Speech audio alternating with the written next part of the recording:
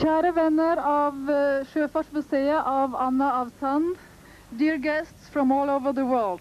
It's a pleasure for me on this occasion to introduce you to the mayor of Stavanger, Mr. Leif Måsvær, who will say the first farewell to Anna on her way to the north of Spain.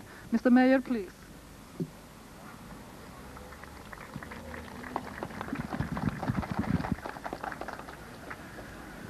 Anna av Sand skal på vennskapsseilas til Nord-Spania for å levere klippfisk. Tosken som skal overleveres, den er fisket på tradisjonelt vis i Lofoten, i regi av Tromsø museum og veteranbåtlaget Arctandria. Og den har vært til videre behandling på Nordmøre museum i Kristiansund, så den må sikkert være skikkelig behandlet nå. Avreisen fra Stavanger, den foregår nå under ICOMs verdenskonferanse. Anna vil så seile over Nordsjøen til Skottland, gjennom Caledoniakanalen til Irland og videre over Biscaya og Passaies og San Sebastian. På grunn av seilingsdistansen og tid så har en valgt å konsentrere besøket til disse to byene med San Sebastian som den viktigste mottakshavnen. Søndag den 23. juli så vil Anna legge til kai i den gamle fiskerihavna klokka 13 presis foran Sjøfartsmuseet i San Sebastian. Sjøfartsmuseets direktør Soko Romano i samarbeid med byens myndigheter planlegger en omfattende velkomstseremoni i forbindelse med besøket. Og Anna av Sand de vil bli liggende ved kai 24. og 25. juli med åpen skip for byens befolkning, og avreise planlegges da den 26. juli, og de skal være tilbake i Stavanger den 15. august. Det er ikke første gangen at skuter seiler ut fra Stavanger til Spania, for dette var en veldig viktig periode i byens historie, da det var dagligdags at skuter, både små og store, seilte fra Stavanger og til andre land, også Spania. Jeg har lyst til å peke på et viktig perspektiv i så måte, nemlig at sjøfolkene våre har i alle tider vært med på å åpne verden for oss, og samtidig være ambassadører for Stavanger. Det har pågått i hundrevis av år, og disse sjøfolkene har kommet tilbake og fortalt om andre kulturer, om andre religioner og om andre folk, slik at de har vært med på å åpne våre øyne, kan man si på den måten, for at det er en verden utenfor oss. På samme måte så er det to andre elementer i dette som har vært med på å åpne verden for oss, nemlig hermetikkhandelen som foregikk fra samme stedet her, og likeledes misjonsvirksomheten som har foregått fra Stavanger i flere hundre år. I dette perspektivet er det vi nå sender av gårde Anna av Sand på en vennskapsseilas til Spania, og med å trekke linjer tilbake på denne måten, så er man med på nå å utbygge gode forbindelser imellom Stavanger og de stedene som skal besøkes. Derfor er det på plass at også byens ordfører møter opp ved en avreise og hilser skipper og hilser mannskap en god reise. Ønsker de passelig vind, fra en riktig kant, og ber om at skipperen må overbringe hilsner fra Stavanger by og byens ordfører til de offisielle representantene som de kommer til å møte i San Sebastian, fra tollerne og like opp til den øverste myndighet. Og likeledes alle de andre stedene som dere skal besøke. Jeg vil gjerne be skipperen om å overbringe til ordføreren i San Sebastian de beste hilsner, og samtidig passe på å spørre han hvordan det går med skatteinnkrevningen i San Sebastian, om det er noen gode råd med på veien. Han skal også få med seg Stavanger bys byvåpen, og det skal han overlevere til byens myndigheter i San Sebastian, og si at vi er glad for forbindelsen og håper at den kan bli utbedret. Lykke til med seilasen, skipper.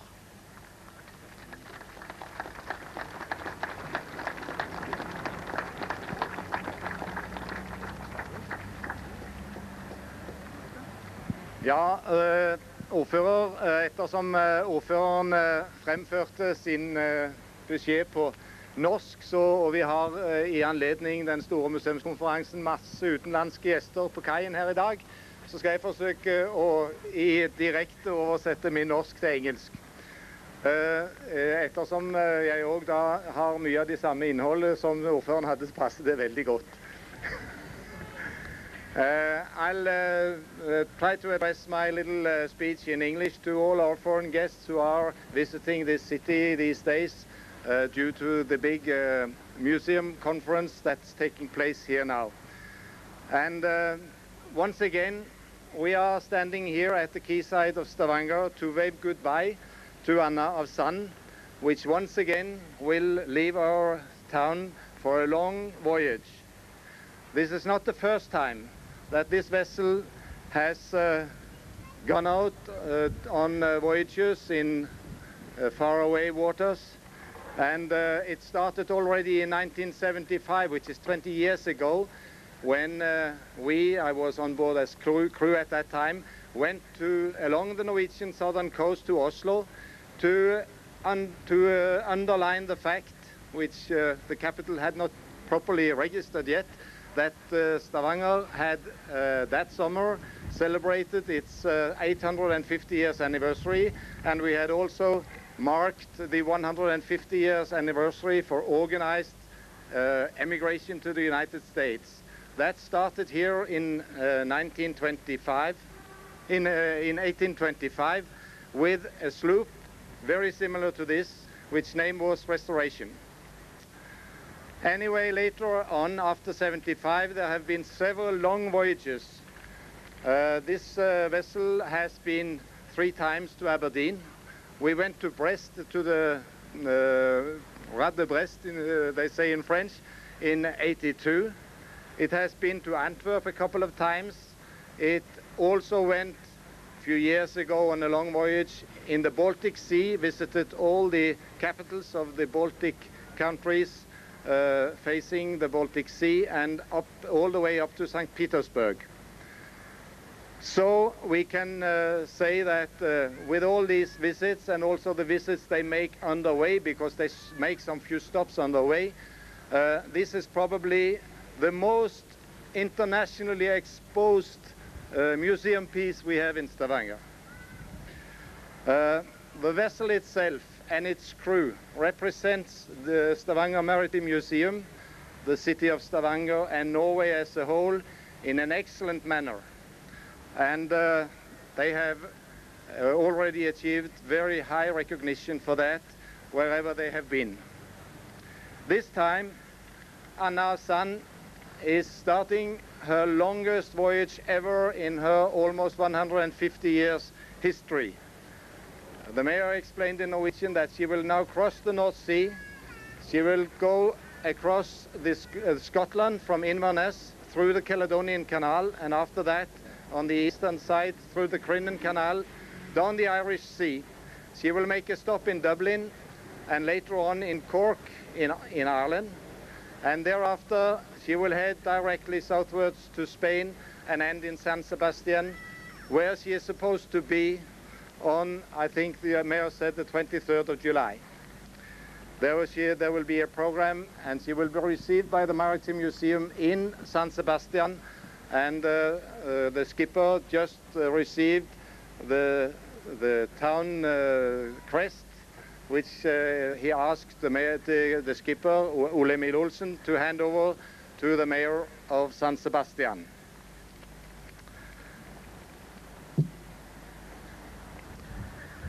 This is a voyage which also will mark the old trade between Norway and Spain with this type of vessels. They will carry, I suppose, salted and dried codfish. And I think we will just get the salted and dried codfish on board now. This is what these type of vessels carried when they left for Spain in the good old days, more than 100 years ago. I suspect that they will bring back something from Spain. That might be salt, that might be olives, and I wouldn't be surprised if they brought back some good Spanish wines. It's a very long and strenuous voyage which now lies ahead of the vessel and its crew, and also on behalf of the Stavanger Maritime Museum, who owns this vessel, we wish you a good voyage and good, correct winds, both back and forth. We hope that the crew and the vessel will return safely to Stavanger as predicted on the 15th of August. But I would like to add to that with the last good advice to the crew. In the good old days, the stress on vessels and people were not the same as that we are used to in our modern days.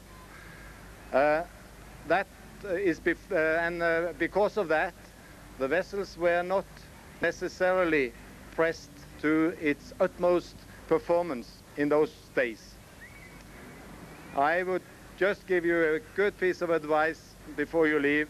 Let safety be your first rule, and it can't mind if you have to arrive either in San Sebastian or back in Stavanger a day or two after the original plan. Let safety come first. And with these words, I will, on behalf of the museum and on the crew of Vyvern, the sister ship of this one, wish you bon voyage.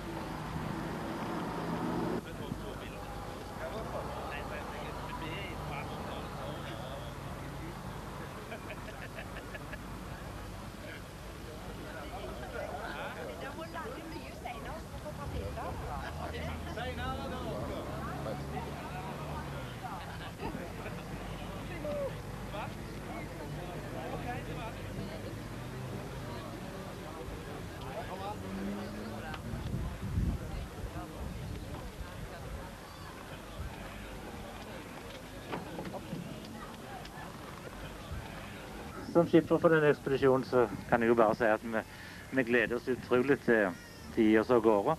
Og vi har lyst til å si en takk naturligvis til de som har gjort turen mulig. Først og fremst Sjøfartsmuseet, som har jobbet hardt i 3 år for å få tingene på plass og at vi skal komme oss av gårde. Og likeledes Utenriksdepartementet, Stavanger kommune, Rogaland fylke, og likeledes Statoil og Smedvik som har ordnet opp med finansiering på dette, at vi har kommet oss gå. Vi har lyst til å si en takk til deg. Vi har nå fått ombord torfisken, som er hovedlasten. Men på grunn av at vi ikke fikk fullt lasterom, så har vi også tatt et partlast. Vi skal frakte et fat gullfaksolje fra Stavanger til raffineriet i Cork. For det er for forbindelsene mellom Norge og Irland. Den har ikke kommet ennå, men vi har jo ikke helt lyst til å seile uten den heller. Så vi gir han et minutt til å komme seg på plass med den. Når det gjelder turen nedover, så har de jo gjort nok så godt rede for den. Men vi som formann i museets råd sa, Jostein Haukali, så setter vi safety først. Man tar en dag ekstra. Men når det gjelder fartøy og den stand og shape fartøy måtte være i, så kan vi si det kort at skuter tåler sannsynligvis mer enn mannskapet gjør. Så med dette så vil jeg si takk til, og vil si adjø til alle dere som har vært nede og vil se. I want to say goodbye to all of you who take the trip down to see us off, and I want you to wish you a happy voyage. Thank you. In the meantime, for your entertainment, we have the shanty choir, and they will start singing for us now. Alright, nå skal jeg synge en sang spesielt for dere. Ja.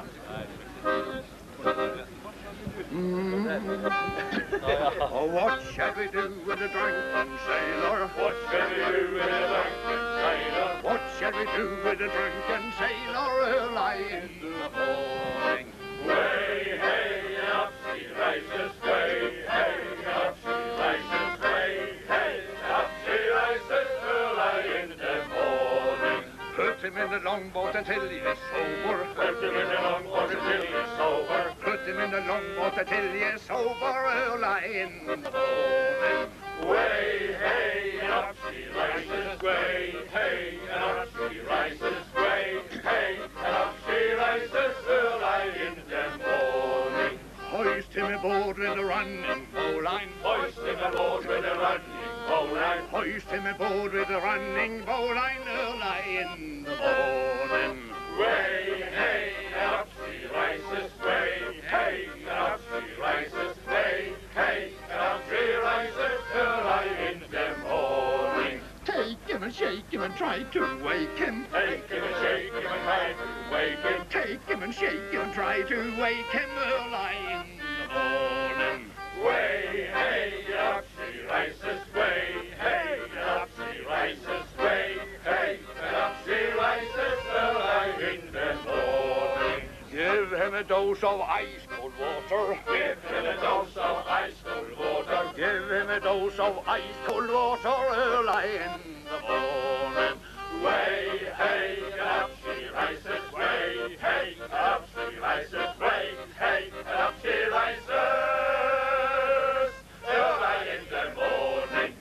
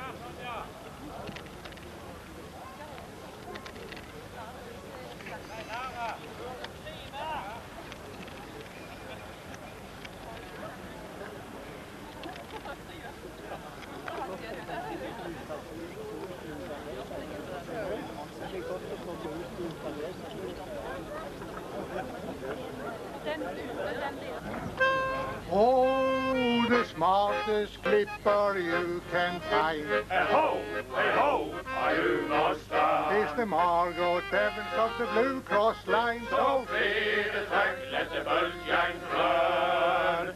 To behind rig a gig in a yachting car. Hey-ho, are you master? With Liza you're on my knee. So clear the track, let the boat gang run. Oh, we are outward bound for New York town. Hey-ho, are you master? Let's go to the jungle.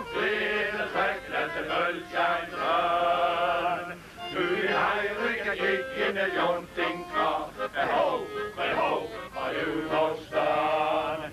With lies on my knee, so clear the track, let the bølgen run. Them Bowery gals will give us fun. Ho, are you most done? Chatham Street Dice is home from home, so clear the track, let the bølgen run. Gud i Heinrich gick in a jaunting car. Ho, are you most done? With lies all on my knee, so clear the track, let the bølgen run. Oh, the girls are walking on the pier. Ho, are you most done? Let's go ashore and have some beer. So clear the track, let the bølgen run. Gud i Heinrich gick in a jaunting car. Ho, are you most done?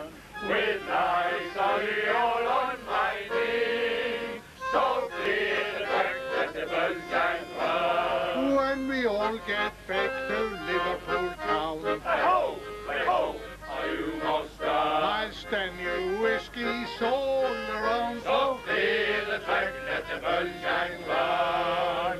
Gud i Heinrich gick in a jaunting car. Ho, are you most done? With lies all on my knee, so clear the track, let the bølgen run. Oh, the Margot Devons of the Blue Cross line. Ho, are you most done? There's never a day behind her time. So clear the track, let the bølgen run.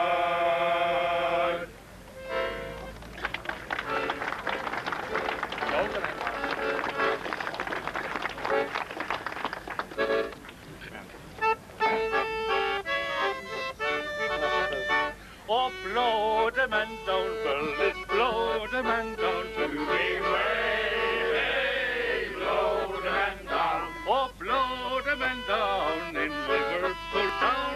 Give us some time to blow the man down. As I was walking down Paradise Street To the way, hey, blow the man down. a saucy policeman I happened to meet. Give us some time to blow the man down. I see you are black Balo, may cut off your head. To the way, hey, blow the man down. I know you are black Balo by the clothes that you wear. Give us some time to blow the man down. You sail in a packet that flies the black ball to The way, hey, blow the man down. and you have robbed some poor Dutchman for boots, clothes and all. Give us some time to blow the man down. No, Mr. Policeman, you do me great wrong. To the way, hey, blow the man down. I am a flying fish sailor, just home from Hong Kong. Give us some time to blow the man down. They gave me 3 months in the jail of that town. To the way, hey, blow the man down. For booting and kicking and blowing him down. Give us some time to blow the man down. When I was in jail, I thought by myself, To the way, hey, blow the man down. I wished I could see that policeman in hell. Give us some time to blow the man down.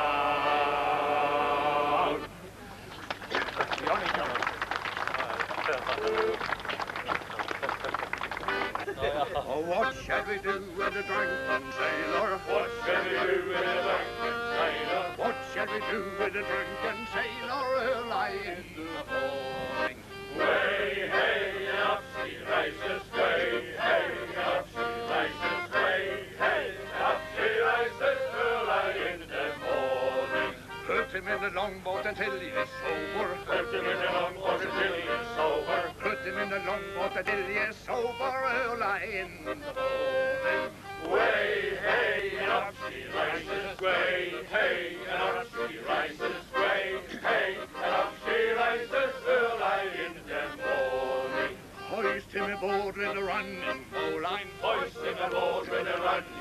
I hoist him aboard with a running bowline early in the morning. Way, hey, up she rises, way, hey, up she rises, way, hey, up she rises early in the morning. Take him and shake him and try to wake him. Take him and shake him and try to wake him. Take him and shake him and try to wake him early in the morning. Way, hey, up she rises, way, hey, up she rises, way, hey, up she rises early in the morning. Give him a dose of ice cold water. Give him a dose of ice cold water. Give him a dose of ice cold water early in the morning. Way, hey, up she rises, way, hey, up she rises, way, hey, up she rises early in the morning.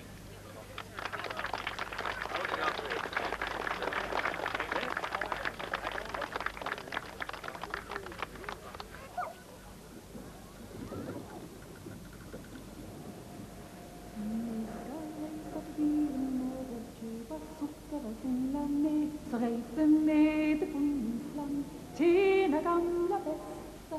Måste här och sitta på den där, jone åsnen och tomma så bra.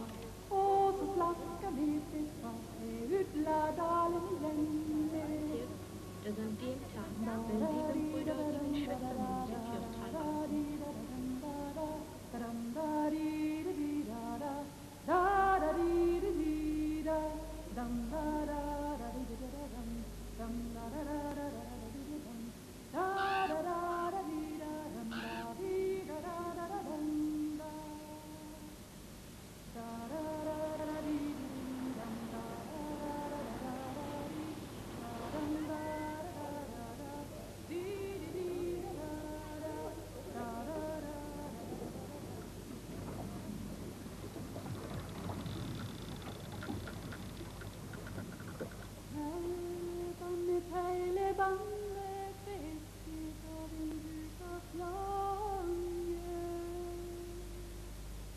La